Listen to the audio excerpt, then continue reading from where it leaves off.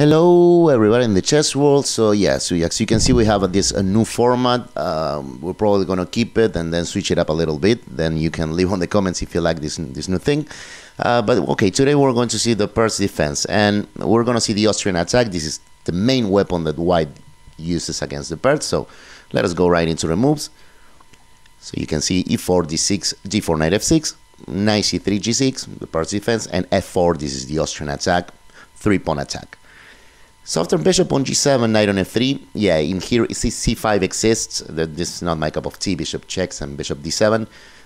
Actually, what I play, just castles is the main move. So here, this is the thing, because I'm going to take the opportunity of the line that I want to show you against f4 is the one that makes it the easiest way to understand what are we doing with black, which is really important. So, okay, in here the main moves are bishop on e2, bishop on e3, and bishop on d3. I am going to focus on bishop on d3, and I'll tell you why.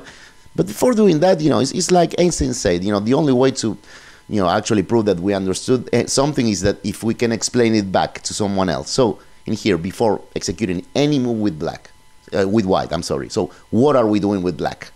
So if it was our turn to move, we will basically play c5.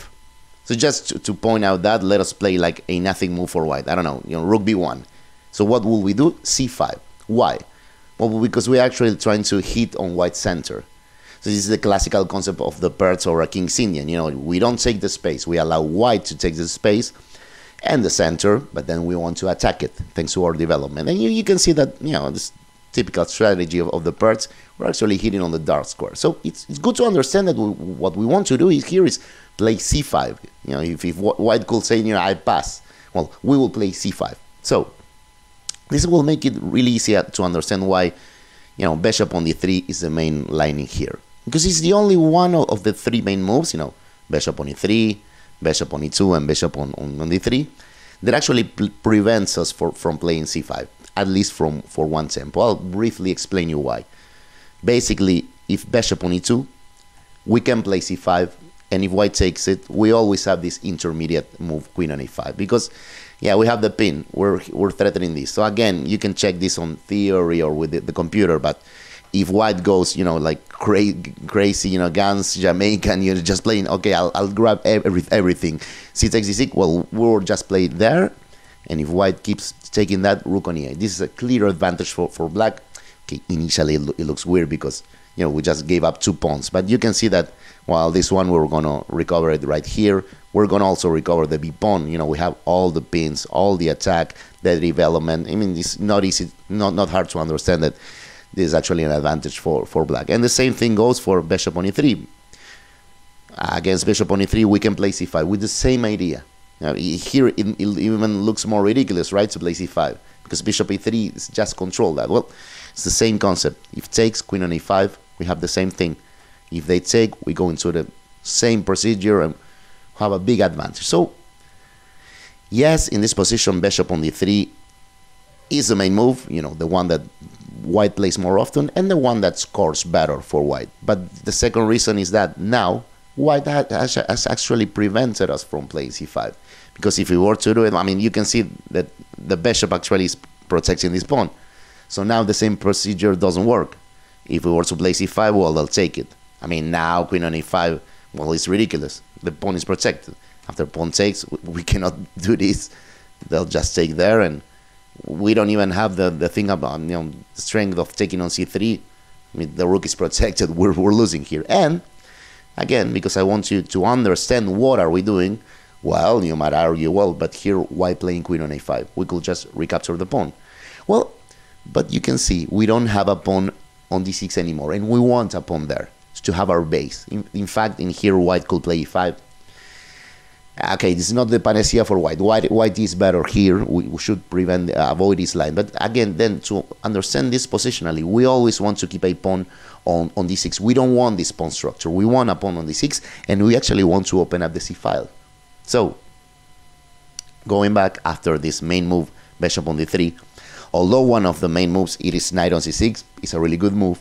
My preferred move is knight on e6, another one of the main lines. And the thing is, this move that I really like, it's really easy to understand. Well, now we're ready to play c5 on the next move. Because again, to understand it, I mean, let us play nothing move, once again some rook b1 with white, well then we'll play c5. Because now, if they take the pawn, we just recapture with the knight. And you see, now we do have our base pawn in here, we've opened up the c file, more like a Sicilian strategy. This knight on c5 is now putting pressure on the central pawn, and maybe to grab the pair of bishops. It makes a lot of sense. I mean, it's really to understand, easy to understand this knight on a6 line. But here comes the interesting part. For anyone who doesn't know anything about the Pirc, has never seen this position, they might immediately argue, hey, knight on a6 is actually not doing anything about playing c5. What do you mean? Because, I mean, after knight on a6, well, with white, first of all, I could take on a6 and just ruin that plan. We will see what to do against bishop takes on e6, but that'll be in the end, because I really want you to understand this. The first time I play a tournament game with this line, one of my opponents thought that, what he thought is, I don't even have to take the knight on a6 right now. I can play a nothing move, waiting for black to play c5, and then I'll blow out the knight. So again, let us play, just to prove that, let us play a nothing move, rook b1. So after c5, the idea will be, now I blow up the knight. Pawn takes, pawn takes, pawn takes. Look at my pawn structure. I mean, it's awful. I said that I didn't want the other pawn chain. It was like this, but with the pawn on b7. Well, this is much worse. So then, it is a lie that knight on a6 is actually preparing c5. No, it is not. And I'll really easily prove it to you with a game. It's the first time I played the line with knight on a6, and I got a winning position before move 15. So it's really curious. So my opponent thought, okay, bishop on d3 had prevented c5. Black played knight on a6 to play c5. So he thought, I'll play a3. I'm waiting for black to play c5 and then blow up the knight, just like I just showed you. And meanwhile, I'll prevent the other possible jump for that knight. So I went c5, and now he took on a6. But this is the thing, this is one of the few things to learn by heart.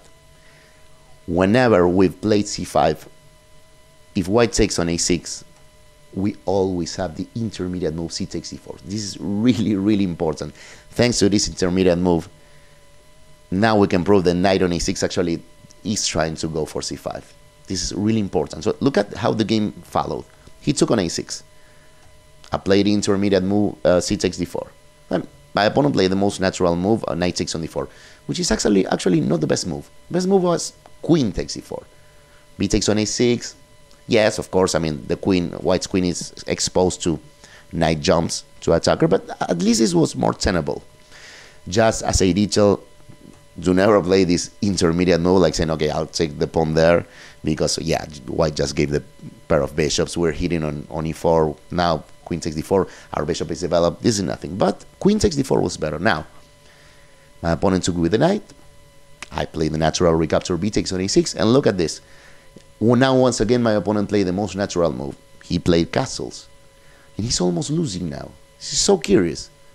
So I play queen on b6. Now I have two threats. I'm obviously threatening e5, just, because of the pin, just winning the knight. That's like a winning threat. I'm also actually threatening knight takes on e4, because I will unleash the power of this bishop over a knight. So I have one threat, one move that will win a piece, and the other threat is a move that will win a pawn. So my opponent started thinking like 10 minutes. And after 5-6 minutes, I was thinking like, am I kind of winning? Just on move 10. But then I think that the only way to prevent both moves is the emergency move knight on a4. I mean, I don't see anything else to prevent both. And he did. After 10 minutes, he played knight on a4. So first I went queen on a5. I mean, I'm hitting the knight on a4, but I'm also hitting this pawn because the knight just went back. I mean, he had to go back. Okay, he's recognizing that, just gave away a tempo. Now I have my queen on a5, and it is my turn. But at least, white is saying, okay, if you go back to the thread, I'll make a draw, just bailing out. However, you can pause the video and think here if you want, but you'll see that there is almost a winning sequence for me. I mean, after a few moves, a few minutes, I just play knight takes on e4. It's amazing. This move is still on, even with my queen not hitting the knight on d4, because after he took that, I just play queen d5, hitting both pieces. So I just won the central pawn for nothing, and I'm almost winning on move 13. I mean, it looks miraculous, right? This line of the Persian defense, just going for c5. White makes something natural. They get a losing position on move 13. I mean, a great experience for a game for me, for a tournament in this knight on a6 line, right? So, really cool. So now let us go to like the actual theory. So again, we're on bishop on d3, knight on a6. Okay, so here basically the total main line is just castles. This is the main line. I mean, it's the most natural possible move. Okay, later on I will show you bishop takes on a6, but let us start by the main move, castles. So c5. This is what we said. Again, chess that is easy to understand. This is our plan. c5. Now if bishop takes on a6, you know what to do. Just take on d4 first. Ruin white center and then proceed. So I'm going to show you two lines again in here, because the total main move is to play d5. Understandable, but I will show you later on the aggressive try e5. There was a really cool game by two GMs in this line. So okay, in some future video I'll show you all the secrets about d5, because this is the main line, which is curious, right? They're like, white is recognizing that they have to do something about that center about to be destroyed. They don't want to take on c5. Again, they allow us our knight there, the c file open, the pressure here and here. And at the same time, they don't want to allow us to take ourselves on d4. So it's really curious how the theory evolved in such a way that d5 was like, well, what actually white had to do. Okay, before going to the really aggressive e5, I want to show you again. Maybe I'll show you every line on the future, but in here, I want to give you a really simple plan. We'll just start by pinning that knight there. This is really important, because one of the things that I want to do with black is to play simple chess. I want to blow up this knight right here, and then play knight on d7.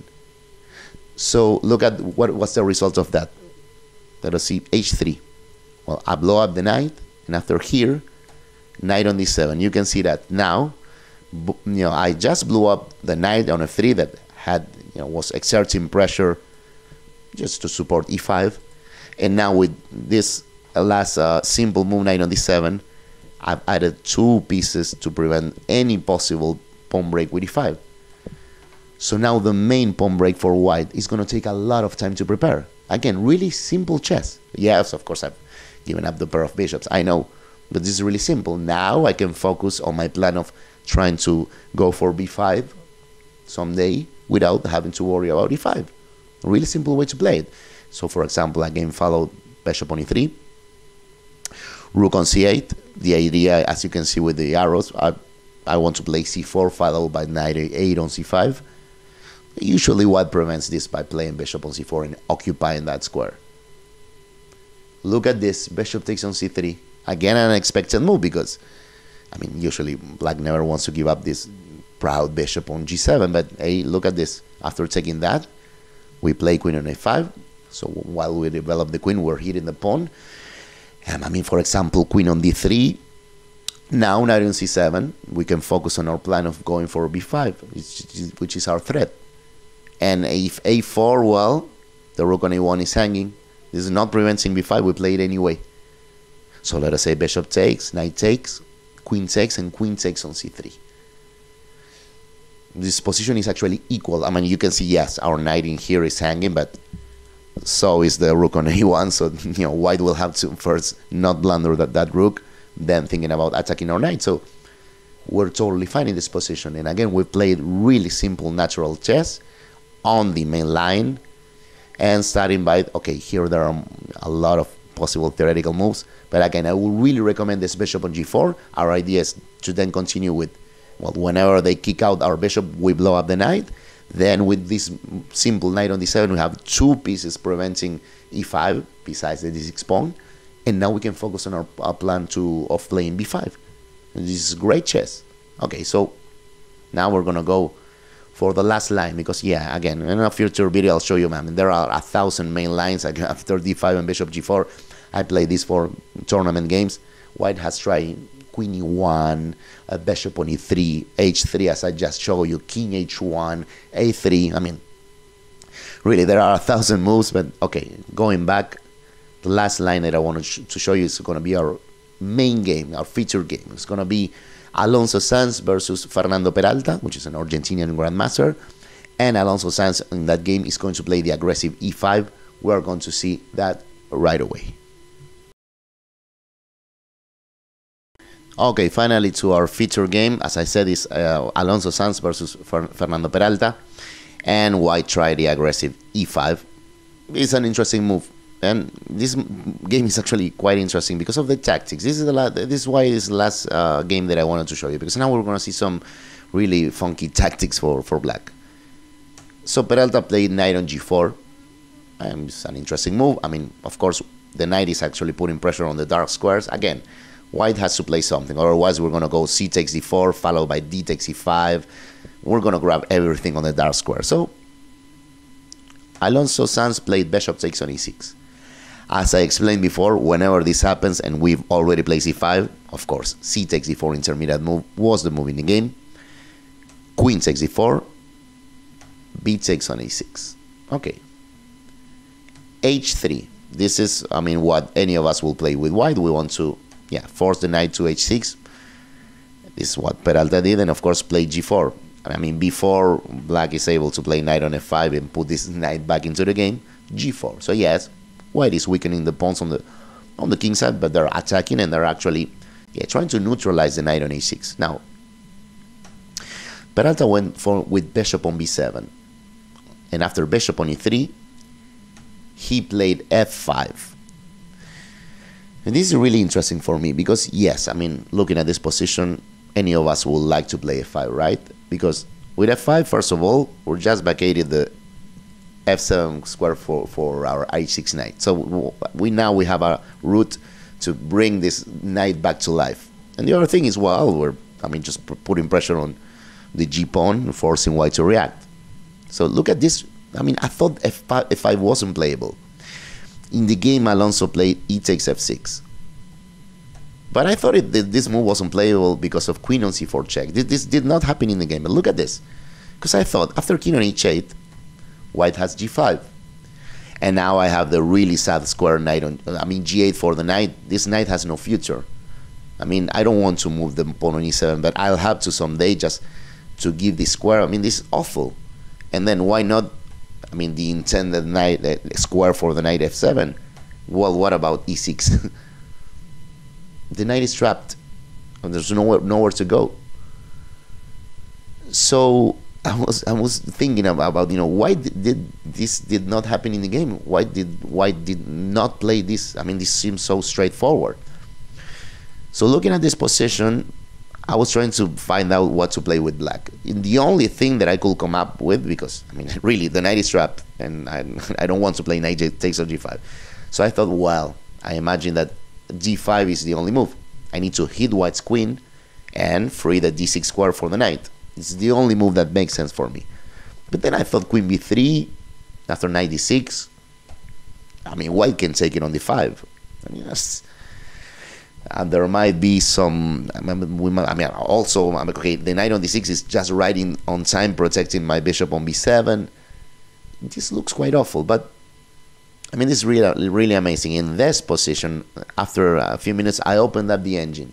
And now I understood why White did not play this move.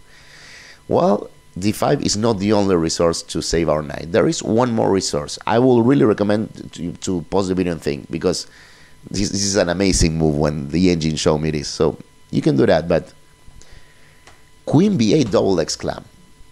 I mean, this is a beautiful move. So on the one hand, we're vacating the d8 square for the knight. So, I mean, of course, I mean, the main thing is what happens after e takes on f7, but just the detail that we're vacating the square. So if White were to play, I don't know, like nothing, you know, normal move, bishop on d4, we'll have knight on d8 and be fine. But the thing is, what about e takes on f7? Well, look at this. we have bishop takes on f3. And this immediately recovers the piece. This is so cool. I mean, it's the geometry around all of this to me is amazing. Really, I only saw the possibility of d5. This line, I would have never seen in a real games, you know, not even in my dreams. So when we take the knight and we force white to recapture, now this rook on a1 is not protected anymore. So now after queen takes on b2, we are actually hitting both pieces. Amazing, really, right on time, but this recovers the material. Just simple like that. So this, all of these lines is why queen on c4 did not happen in this position, because we would have seen this beautiful queen on b8. So okay, going back in the game, as I said, e takes on f6 was played. I mean, you can see why now that it was two GMs playing. I mean, they both saw the queen b8 line. So the game followed bishop takes on f6, queen c4 check. Well, of course, g5 for check is a threat, but knight on f7, and we wanted to place the knight there anyway. And the game followed rook a on e1, rook on c8, queen b3. Peralta took, now he took the rook, and rook on b8, just queen on e3 to protect on b2. And well, queen c8 is a knight that move that we can see quite often in this kind of lines. It's a cool game. I mean, I'll show you just a few more of moves to just illustrate a little bit. Alonso played knight on d5. This is actually a really good move because they sacrifice the pawn on c2, but yeah, they take the bishop, and the bishop on d4 exerts a big pressure. Okay, game followed f5, queen takes on a6, Peralta took on g4 and played rook f on e8. We saw queen on f1, queen on e4, bishop on c3, queen takes on e2. Okay, the game followed. I think it's ended in a draw, but really going back, I mean, I think that this is the star move in here was, okay, instead of e takes on f6, queen c4 was a possibility, and here, just queen on b8, a beautiful move. So, just to finish up, I wanted to show you going back in this line, just one example of what will happen if, yeah, after bishop on d3 and knight on a6, what will happen with, instead of the main line castles, bishop takes on a6. So, okay, first of all, I must say, this objectively, this move is playable, definitely playable. I mean, it doesn't change the evaluation that much. Why it is not played quite often? Well, because, I mean, yes, white is kind of ruining our pawn structure on the queen side. It's true, you know, we have now these double pawns and stuff, but the price is kind of too high. At least, you know, from a strategical point of view of any player, you know, white just gave up the pair of bishops. They've opened the b file, so our rook gets quite often, quite active. I'm sorry. And a detail that we shouldn't actually, I mean, we should look at is that, well, now the b7 square is vacated for a bishop. Now we can just continue with bishop on b7. So yes, if we were to play with white here, I understand why bishop takes on a6 is not played quite often, but we need to know what to do. So I'll show you just to finish just an example game. Again, these were two really strong players. White followed with castles. We saw bishop on b7, just hitting on e4, right, and developing the bishop. So now, if e5, we could actually, well, this knight could go to d7. We could even go to d5. So white played queen on e2 in this game, but now d5. I mean, this is a surprise, you know, really. And in the opening, since it's a Pirc defense, we play d6. So white is kind of not expecting black to ever play d5 because it's like recognizing some sort of loss of attempt. Well, of course, now the opening, you know, period is actually over. So now d5 is actually a good move, and we can actually fight for the center. So white played d5 because, I mean, taking on d5, this looks like it's helping white, even if it's helping black. I'm sorry, it's to equalize. Even if white were to do this to then continue with knight on e4 and thinking, okay, I'll play for the attack. I mean, we have 1,000 moves here, but I think we can even go back with the knight. And if they exchange, yes, now we have another pair of double pawns, I understand that, but still we have the pair of bishops and both open files for our rooks with objectives. I mean, this position, yeah, it is a little bit unclear, but black is fine. So that is why in the game, white advanced the pawn, but knight on e4. And now white cannot even double that pawn because now the d4 pawn will fall. So in the game, white continued the bishop on e3, but they allow black to double the pawns on c3. We have a comfortable position. And the game followed queen d7, rook a b1 attacking the bishop, rook a b8 protecting it. And after rook on b3, I mean, yes, white is trying to double the rooks on the b file. Well, black even sacrificed the a6 pawn. And white took it. I mean, rook takes b8, rook takes b8, and queen takes on a6. But now e6 is a really cool move because it's the most normal and seemingly innocent move. But now we've opened up the route for our bishop to go to f8 and control that diagonal. I mean, it's really cool. So knight on d2 was the continuation of the game. I mean, another idea is we're looking at this, right? Just hitting, just to win the exchange. That's another idea. And knight on d2, it's an understandable move, but bishop on f8 came, rook on a1, and now after bishop b5, one detail is that white cannot take on a7. They did not actually, but it's really easy. After queen takes on a7, this will be a double question mark move. Look at this, queen on c8, and now rook on a8, winning the queen is inevitable, and the bishop is now controlling c5, so there's not even that escape for the queen. White has to be careful. I mean, white played queen on a5, but I mean, after queen on c6, black is actually better. I mean, even a pawn down, we have this pressure over the pawn on c3.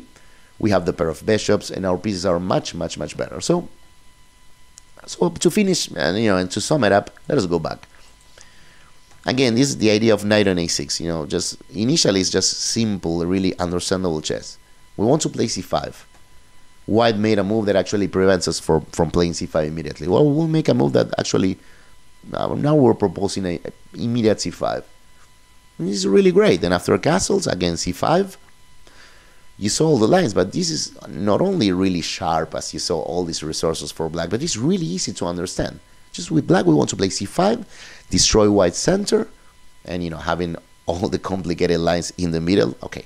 Some of them you kind of have to learn them by heart, but as you can see, it's normal, understandable chess. And again, at the same time, big sharpness. These are the things that we want to do with a Pirc all the time. It's just trying to win the game. So I hope you like the video. As usual, I'll ask you to like, comment, share, and subscribe. I'll do a part 2, mainly on the line of the d5, c5, d5 variation. But okay, that'll be for the future. So thanks a lot for watching. I'll see you next time. Bye-bye.